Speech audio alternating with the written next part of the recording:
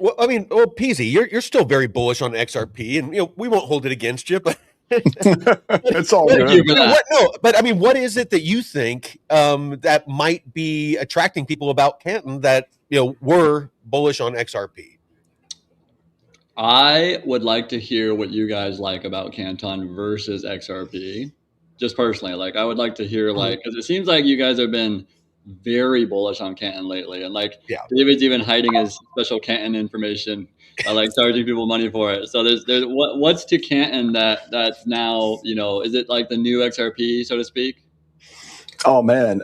So Go yeah, ahead. I did put together a series of paid courses on Canton at the Node.pro. You're right about that.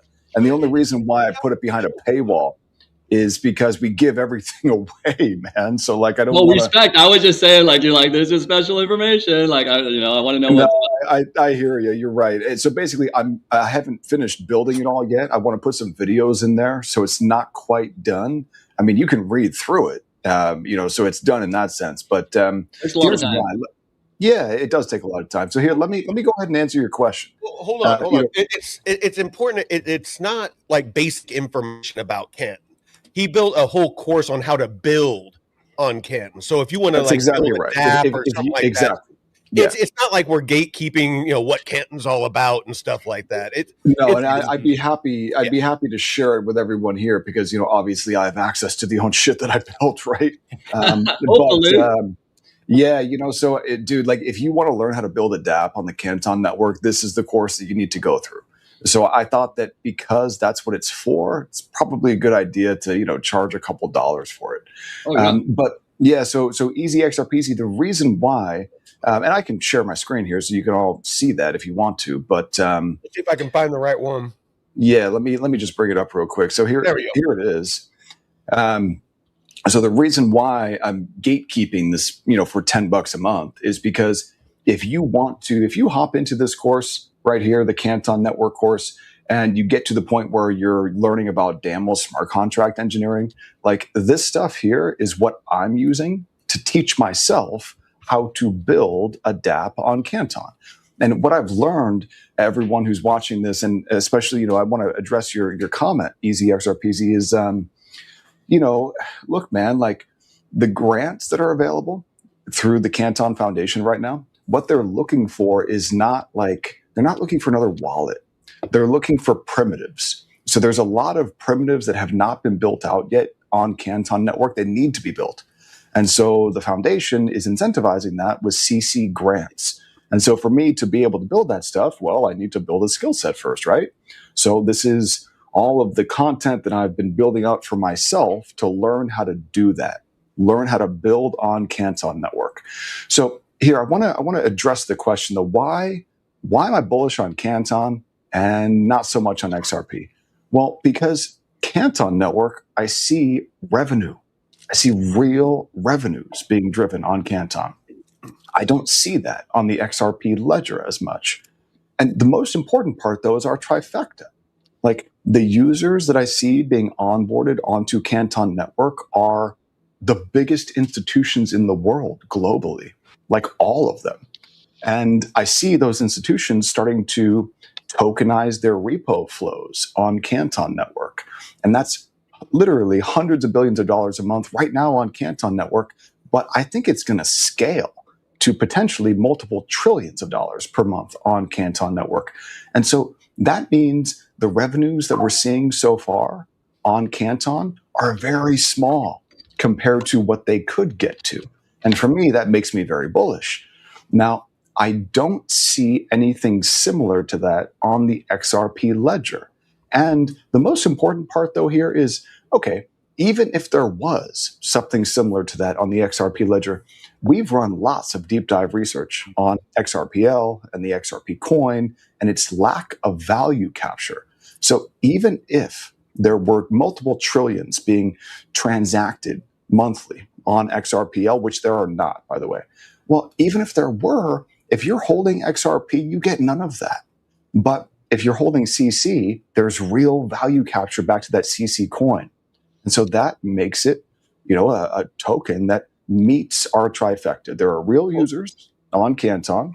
Can you And put they're the driving trifecta real back revenue. up on the screen, Mike? Yeah, Yeah, yeah. Mike's got it. Yeah. It's a really So- cool diagram you guys did there. But Yeah. but to be fair though, there still is question marks about Canton. You know, Of course. we like to be real here, and it's still inflationary. You know, the burnment mechanism hasn't gotten to the point where it's flipped deflationary yet, and the price hasn't done anything stellar. So I mean, No pun intended. exactly. Ah. Nothing stellar. All right. So let's pull that up real quick, and I'll show that to you. Just because what projects are actually building on the XRPL? Because you got projects like Zenith and Cashin and others that are all these super validators that are building on the Canton network. is that it's a very, very cheap gas token.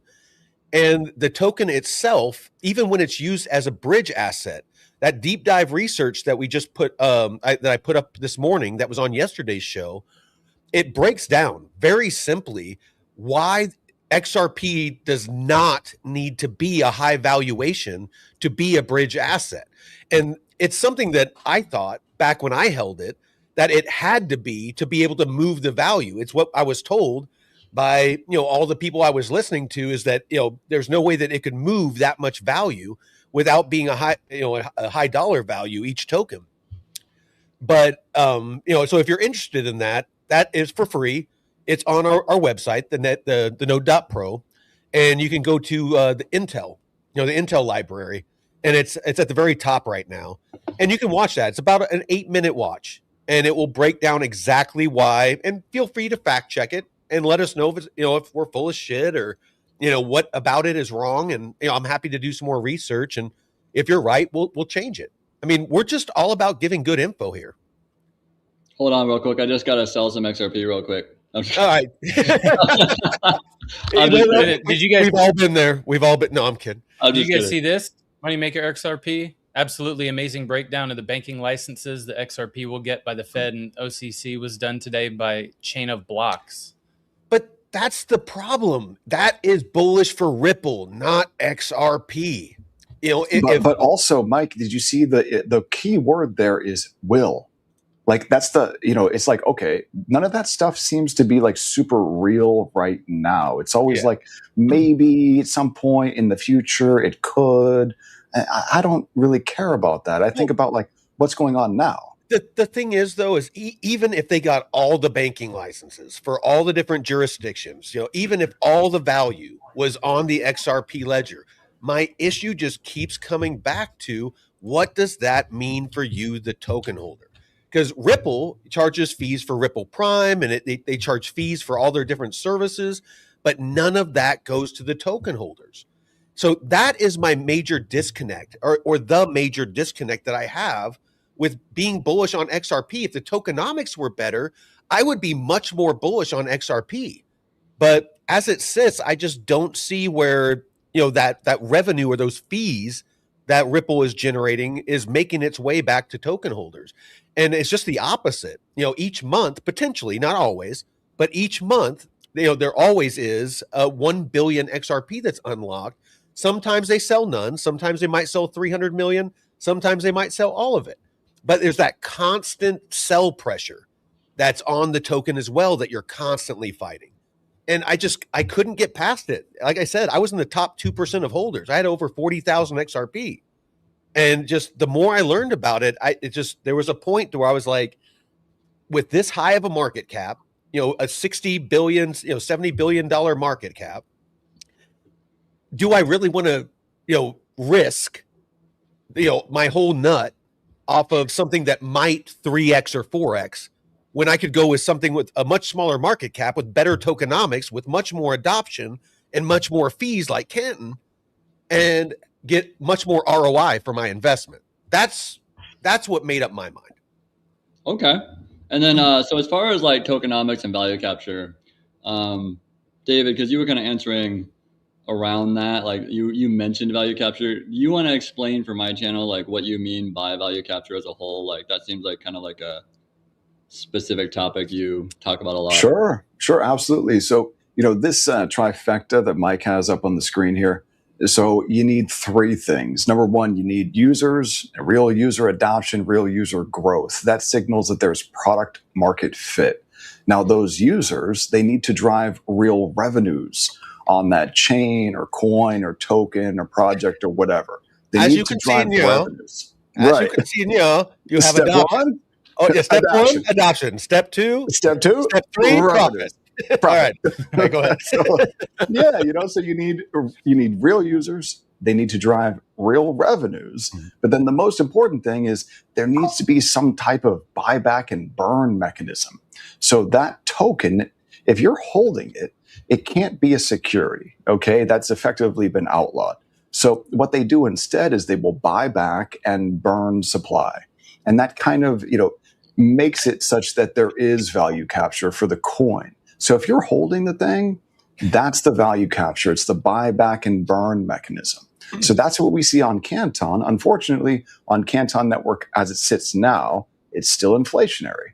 But with hype, it's worked quite well. Right. I mean, you see it with a lot of projects where, hey, they're outperforming Bitcoin and actually up year to date if they've got real users that drive real revenues and real value capture for the coin. So I just don't see any of that for XRP, though. So that's why I'm not exactly an XRP bull. If I want to be a little bit generous there, I'll say not exactly a bull for XRP. That is very generous for you, David. Yeah. I was very polite. I don't know if you need to be that polite with me. That's all good. But I will say, have you ever thought, like, just deduced in your mind subconsciously, like, why potentially that would be the case, and why possibly the XRP ledger doesn't really care about that kind of value capture for people like you or myself? Yeah. Well, when I look back through the history of Ripple Labs, what I see is a business that's a fintech that has essentially been supporting itself for a long time by dumping its own coin on its retail holder base. That's how they've generated revenues to support themselves. And they haven't really needed to drive any value capture for XRP holders. Now, look, I want to be fair. XRP over time has appreciated in value. It has. So that's a point that I will concede.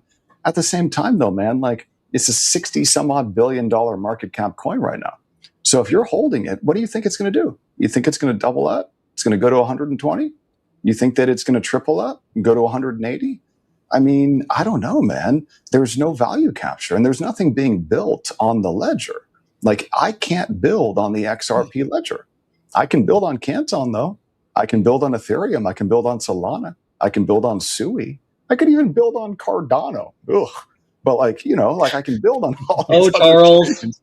I know, Chucky. Oh, Chucky Ho-Ho. Charles, stop talking shit about your own coin. I know, seriously, man. He's like, ugh, it's not good. But a big shout out to Spooky G's. Thank you so much. Do appreciate that. He says he's never heard of Canton. So Canton is a big up and coming network in crypto, in the Web3 space. So I hope that was enough as a primer. Now, if you want to learn more, just hop on over to the node.pro. But yeah, so easy XRP. I don't think that Ripple Labs is focused on, driving value for XRP coin holders. Seems to me like they're very, very good at marketing, though. It seems like they're focused on marketing. So in what way do you think they're marketing? Like, who are they marketing to? Man, that's a good question. It seems like they're marketing mostly to retail. That's the way it looks to me. I don't see big institutions stepping in and buying the XRP coin itself. I may be wrong about that. So I'd love to be wrong. You're 1,000% right about that. Yeah, I wanted to, I had like a note here to say, where was it? I was writing notes earlier. Essentially, I was going to say, like, all your guys' data that you guys show is correct. Like, when you guys are like pulling up like XRP volume, XRP, all the stuff that you can see, you can pull it up here, 1,000% correct. But have you guys ever thought as to why they might not be trying as hard as they can right now to power liquidity through XRP? Like, has that thought like crossed your head where you're like thinking like, okay, well, let's say Canton really cares about me. Cardano, they really care about me. these networks and these cryptocurrencies are like, some of them are designing them around like trying to benefit like you or I or like themselves, and they're just like you or I, but they're like really smart people that have created like this ledger or this network, and so their main goal and their thought process through the whole process has been like, okay, how can we help like the average person getting into crypto? How can we help the average person that's like trying to build on like like the Canton network? How can we help these people be a participant in the entire ecosystem of this network? So why on earth, like from your guys' standpoint, would XRP and Ripple not give a flying fuck about that? Let me. Do you mind if I take this one, David? Yeah, go ahead. All right. So I don't think it's that they don't care. It's just that's not their focus. What seems to be their focus is becoming a bank, to be honest. They're going after the banking licenses. They're going, they're buying up Medico and, all these other, smaller companies that have existing licenses because it's easier than having to go through all the, the legal loopholes to get new ones. And so they're just acquiring, these smaller businesses, with, in very large part. And this is a quote from Brad Garlinghouse is they sell XRP to fund operations and acquisitions. Right. So I think that they're building things up, and I don't think that they're necessarily trying to screw XRP holders because the tokenomics are what they are, and they always have been. I think that, and it's not just XRP; it's like 95% or more of crypto out there. It's a lot of the prices out there are pure speculation, which there is money obviously to be made in speculation, but I think early in crypto, it was a great way for for people to make money. But I think we saw it in the last bull market. There was a couple that pumped a little bit, not like a regular bull market, and then there's a bunch of them that didn't do anything. I think that we're starting to see an evolution from a speculative market to a utility market, especially with big money and institutions, because they're not going to invest in vaporware. They're only going to invest in quality, software or crypto projects that only that address certain pain points. So, cross-border payments. That was a big reason why I was bullish on XRP, because I've sent money internationally. Using Swift is a fucking nightmare, but there is a bunch of people that are addressing that. And we just heard yesterday or today from Scott over at Longview Compute. What was that, like Maboshi or Mabushi? Yeah, Mabushi or something. Yeah. Musubi. That's right. Yeah, Spam Musubi. Yeah. And they're basically like right now they're doing a pilot program between the Japanese yen and the Korean won, and basically what they're doing is cross-border remittances, cross-border payments, and they're just using atomic settlement and stablecoins.